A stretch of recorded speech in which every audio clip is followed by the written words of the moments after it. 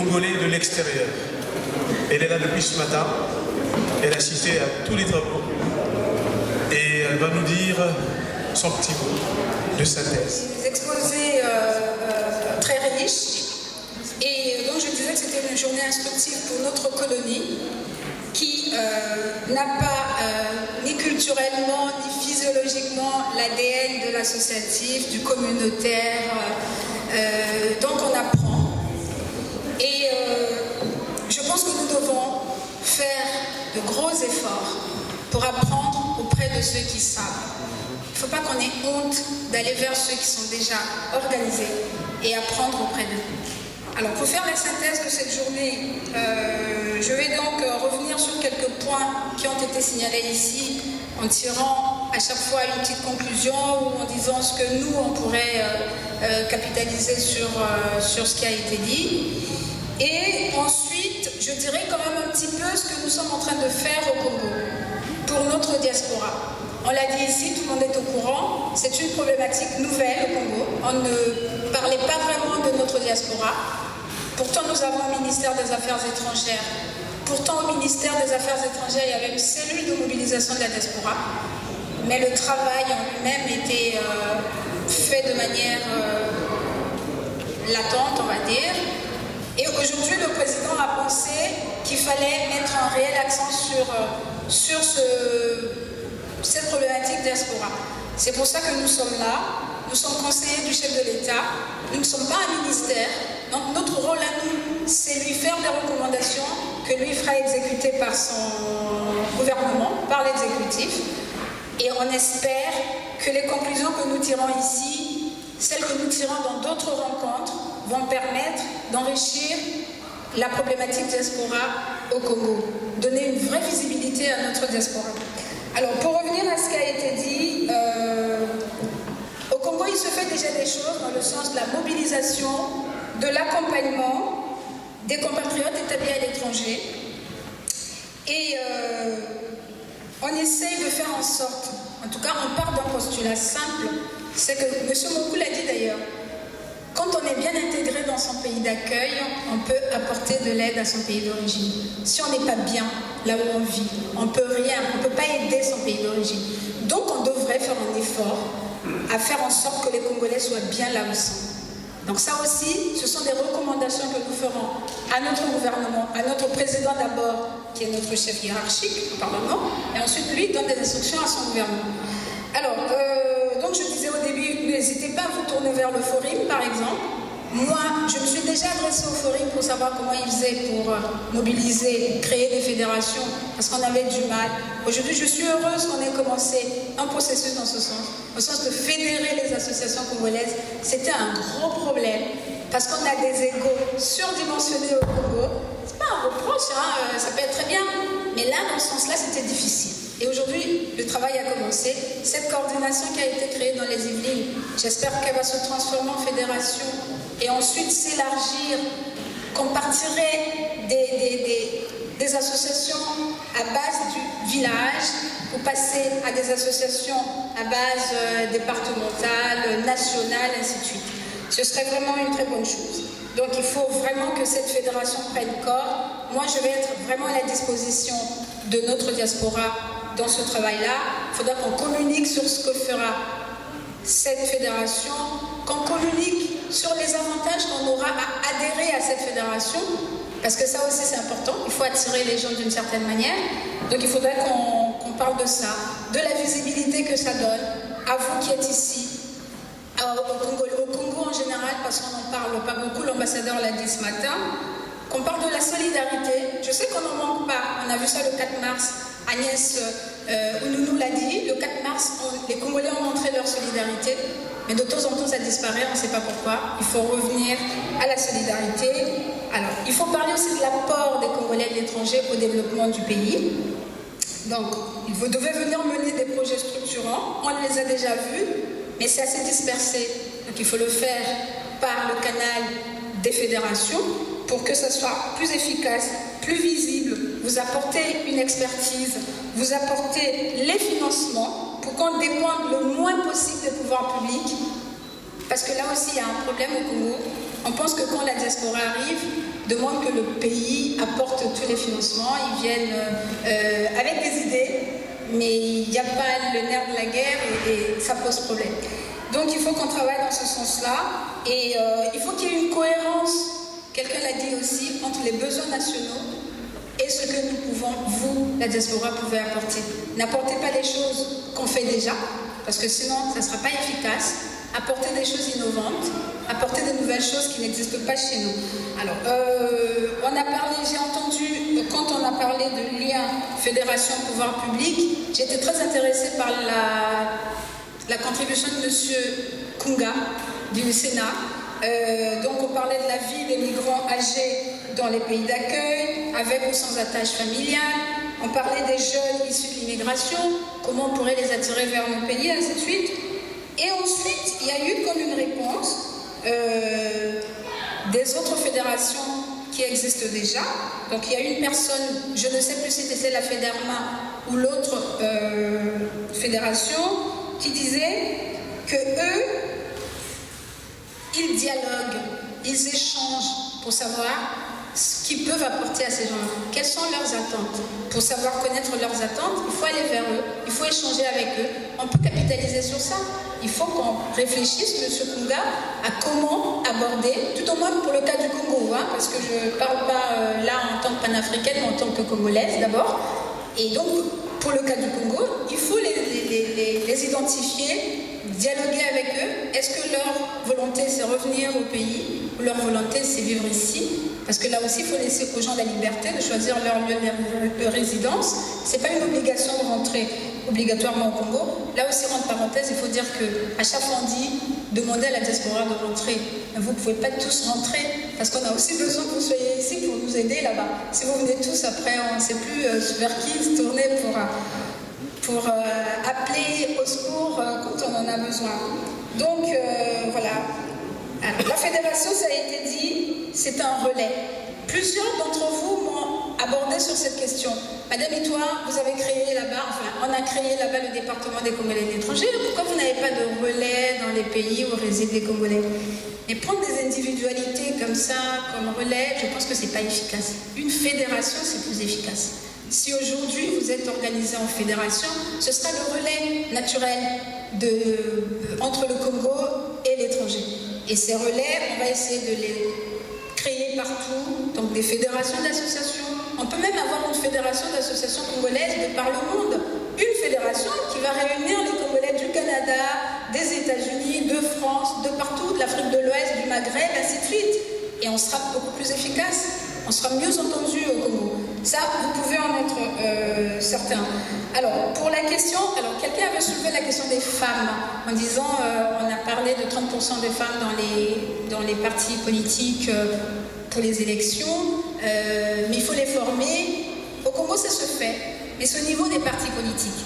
Peut-être qu'il faudrait une coordination nationale dans ce domaine-là, que les femmes soient formées dans une structure étatique pour leur permettre d'être plus efficaces. Mais je sais que au niveau des partis politiques, chaque parti forme celle qu'il veut mettre à la disposition des électeurs.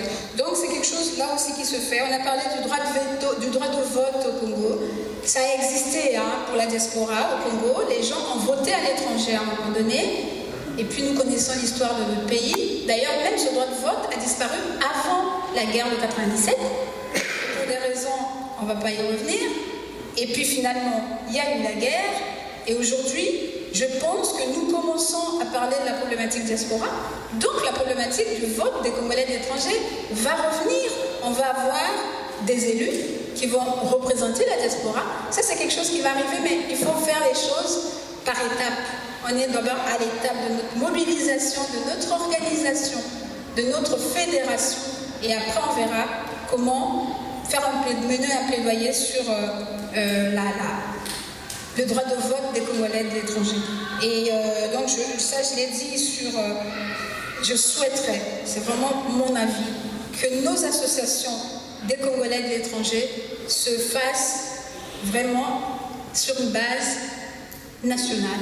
Sur la base, comme l'avait dit M. Monkou, vous l'avez appelé, je vais retrouver le terme, c'était par affinité, non, par intérêt, ce serait mieux comme ça. C'est vrai que l'ethnie aussi, ça donne une certaine force, mais vu l'histoire du Congo, moi franchement, je préférerais que ça soit... C'est pour ça que j'ai adhéré tout de suite au collectif des amis de la municipalisation. Quand ils sont venus me voir pour me dire, Madame Itoa, nous voulons participer, il faut nous trouver les moyens de venir faire le voyage au Congo, j'ai pas hésité à mener ce plaidoyer pour qu'on paye les billets à des Congolais. Un échantillon représentatif est venu dans les plateaux, un autre échantillon est venu dans l'allée Koumou. C'est vrai qu'on n'avait pas les moyens d'aider à monter des projets, quelqu'un l'a dit, ils les ont fait avec leurs moyens, et c'est même plus efficace comme ça que vous venez le faire avec vos moyens, parce que là justement, j'ai pas beaucoup de mal à faire votre promotion. Voilà, j'ai pas beaucoup de mal à dire voilà. Ils sont venus, ils ont fait ce qu'ils ont pu avec leurs moyens. On a le devoir maintenant de les épauler. Et j'espère que pour la Songa, nous allons obtenir que la participation de la diaspora soit beaucoup plus importante que les 2 premières municipalisations. J'espère qu'on va y arriver. Il faut aussi savoir que nous avons au Congo ce besoin d'équité qui fait qu'on va nous dire pourquoi au plateau il y avait 30 personnes, pourquoi là il y a eu 30 et là il va y avoir 60, machin. Mais les choses évoluent. Je pense que vous n'êtes pas contre la proposition d'essayer de faire évoluer également le nombre de projets et le nombre de personnes qui participeront à cette municipalisation qui arrive. Alors, donc je le disais au début, les fédérations d'associations congolaises ne doivent pas hésiter à s'informer, à se former auprès de ceux qui ont de l'expérience pour monter des projets qui vont facilement trouver des financements. Parce qu'on n'a pas cette expérience-là chez nous. Il ne faut pas avoir honte de capitaliser sur l'expérience des autres. Ça ne sert à rien de réinventer la roue. Il faut aller vers ce qui a déjà été fait. Voilà, donc M. Mankou l'a dit, les appels de fonds, les soirées, les télétons, les financements innovants, il ne faut pas hésiter, il faut y aller. Et puis les activités génératrices de revenus également. Et voilà, il faut fédérer les efforts, mutualiser les énergies, communiquer pour montrer le poids de nos compatriotes établis à l'étranger. Il n'y a que comme ça que je pourrais continuer à mener le plaidoyer. Je voulais aussi rapidement vous expliquer ce que nous, depuis qu'on a créé le département des Congolais de l'étranger, on a essayé de faire. Au début, quand nous avons été créés, on a pensé aller voir ce qui se faisait ailleurs, essayer de l'appliquer au Congo. On a aussi vu que finalement, à l'intérieur du pays, on ne sait pas ce que c'est qu'un diaspora. Il y en a qui sont simplement hostiles à cette espèce de marginalisation, de mise à l'index comme ça des Congolais de l'étranger. En définitive, c'est des Congolais comme les autres. Pourquoi vous voulez leur donner comme un statut particulier? Pourquoi? Ainsi de suite. Donc là aussi, il faut expliquer. Et donc, j'ai pensé qu'il fallait mener à l'intérieur du pays une réflexion nationale. J'ai donc demandé à notre gouvernement, à des sociétés privées, de nous désigner des points focaux. Et ces points focaux se sont constitués en comité technique. Ils sont en train de travailler en ce moment sur la stratégie nationale d'intégration des Congolais de l'étranger au développement du Congo. C'est un travail énorme parce qu'en fait, il faut faire l'état de besoin à l'intérieur et faire la cartographie de notre diaspora à l'extérieur, essayer de matcher les deux, essayer de trouver donc si on a ces besoins-là, est-ce qu'on a ces compétences dehors et comment on pourrait les faire revenir? Quelles sont les mesures incitatives à mettre en place? Quelles sont les mesures d'accompagnement à mettre en place pour faciliter ce retour? Cette réflexion est en train d'être faite. Je pense que certains d'entre vous qui sont dans notre base de données ont reçu un appel comme ça à contribution. Je sais qu'il y en a qui n'ont pas compris. Mais c'est ça, c'est simplement qu'on est en train de mener une réflexion à l'intérieur du pays. On voudrait que tout le monde y participe, que vous nous donniez vos attentes, que vous nous disiez ce que vous voulez que le Congo fasse pour faciliter votre retour. Et à l'intérieur, on va aussi expliquer ce que vous pouvez apporter au pays. Il y a qui fait quoi, qui veut mener quelle action. C'est parfois la même action qui est menée, parfois même dans la même région, et chacun y va de son côté, alors qu'on aurait pu fédérer nos énergies et y aller de manière plus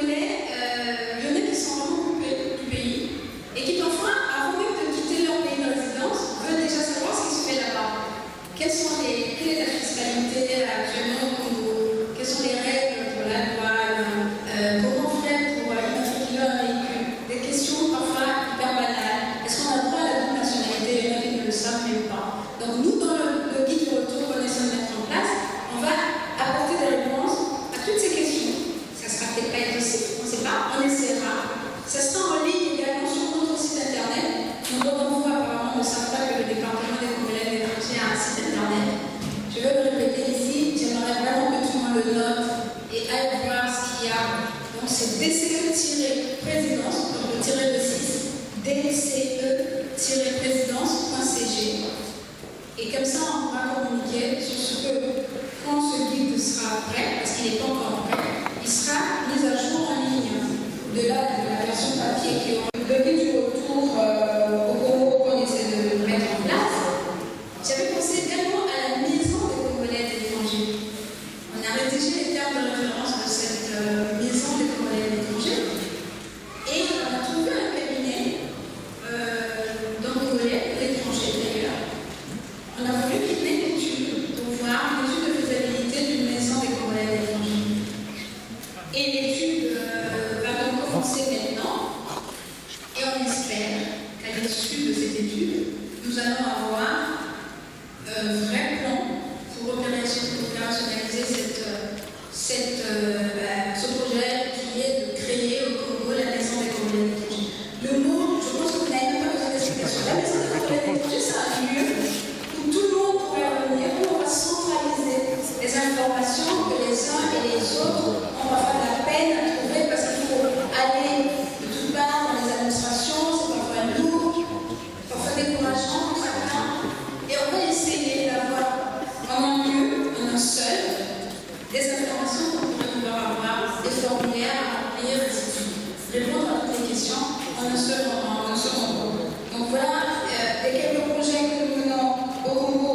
Et donc on met aussi en plaidoyer, ça sera probablement dans les recommandations de la stratégie, sur le fait qu'il y a parfois, c'est pas le cas de la France, c'est pas parce que j'ai travaillé à l'ambassade, mais quand même, en France, vous avez une ambassade qui essaye de renforcer le lien avec la diaspora. Et j'aimerais, je souhaiterais que dans toutes nos ambassades de par le monde, qu'il y ait quelqu'un, un conseiller ou un secrétaire d'ambassade qui fasse le lien avec la diaspora.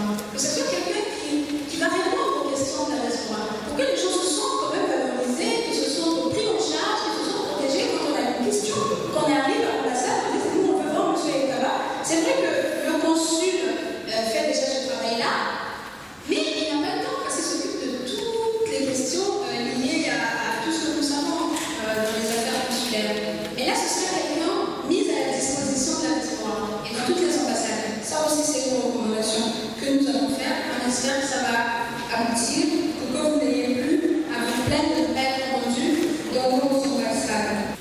Pour conclure, je voulais dire, vous êtes des ambassadeurs du Congo, là où vous êtes.